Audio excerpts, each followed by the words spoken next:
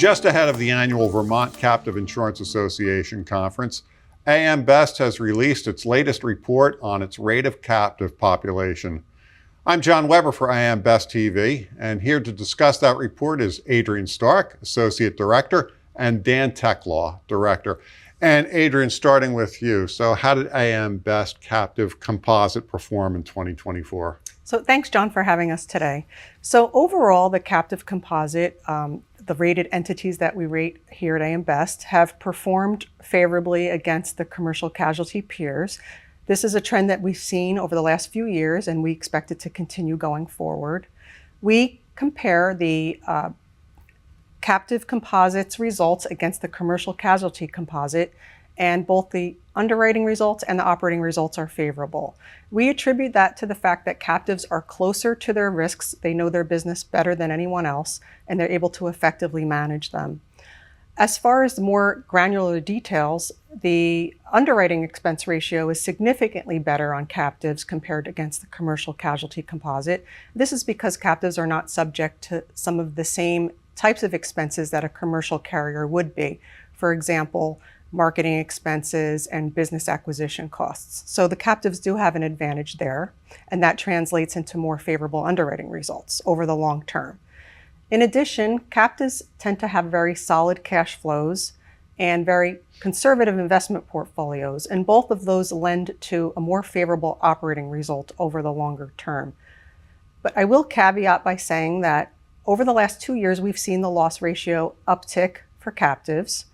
And this is because captives are not immune to the same types of inflationary pressures that are present in the general market. They're subject to social inflation, increased claims costs, increased legal costs. So they are also combating that as well. And it translated into an uptick in the loss ratio.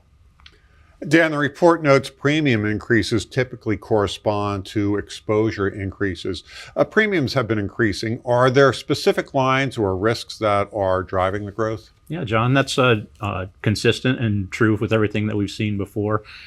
So to piggyback a little bit on what Adrienne was saying, we stratify our data before we aggregate it. So we have a single parent captive portion. We've got a risk retention group portion before we get into all captives, which includes MPL.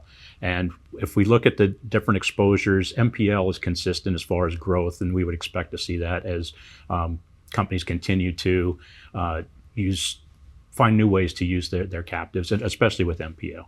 I'll highlight that the premiums in single parent captives have grown by 93% since 21, from 1.8 billion to 3.6 billion.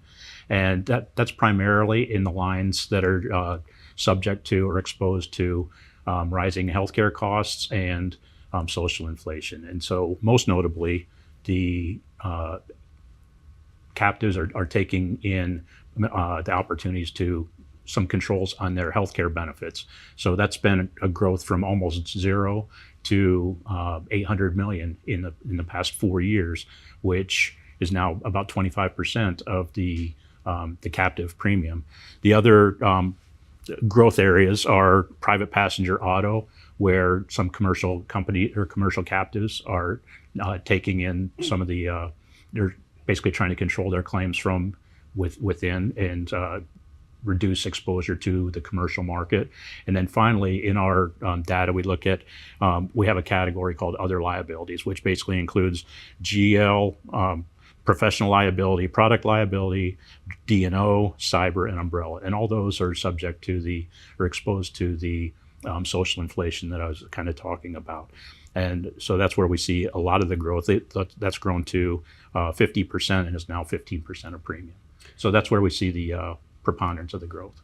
Now, given the increasing complexity of risks, exposures, structures, and regulation, Dan, do you think the industry or domiciles will have an increasingly more difficult job in explaining their worth to potential owners or managers? No, I think it's just the opposite. Actually, I think once we call them non-insurance ultimate parents with captives get exposed to the insurance industry, and they know their own insurance spend internally, but they might not be familiar with the insurance industry.